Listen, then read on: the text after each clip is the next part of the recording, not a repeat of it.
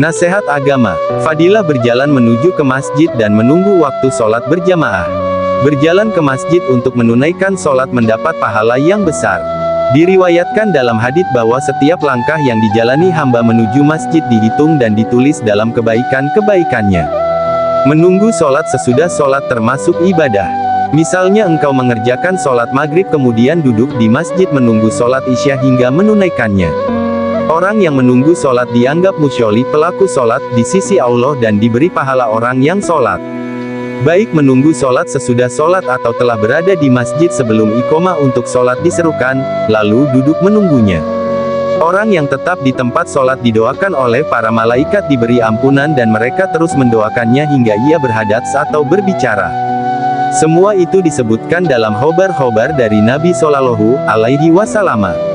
Nabi Shallallahu Alaihi Wasallam bersabda, maukah aku tunjukkan kepada kalian sesuatu yang dengannya Allah menghapus kesalahan-kesalahannya dan meninggikan derajat?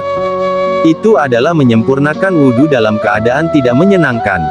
Banyak langkah menuju masjid dan menunggu sholat sesudah sholat, itulah kesiapsiagaan.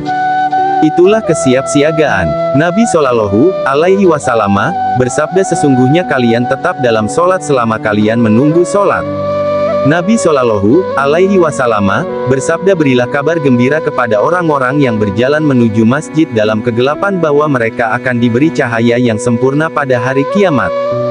Diriwayatkan bahwa perjalanan manusia menuju masjid diberi pahala dan Allah menjadikan pahalanya setiap langkah bisa menghapus satu dosa.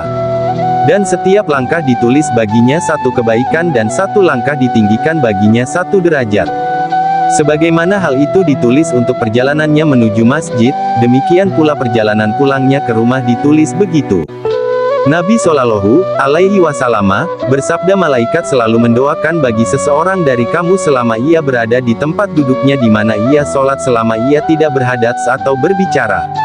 Para malaikat itu berkata, ya Allah, ampunilah dia.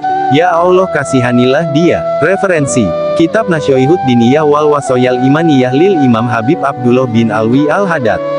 Semoga bermanfaat.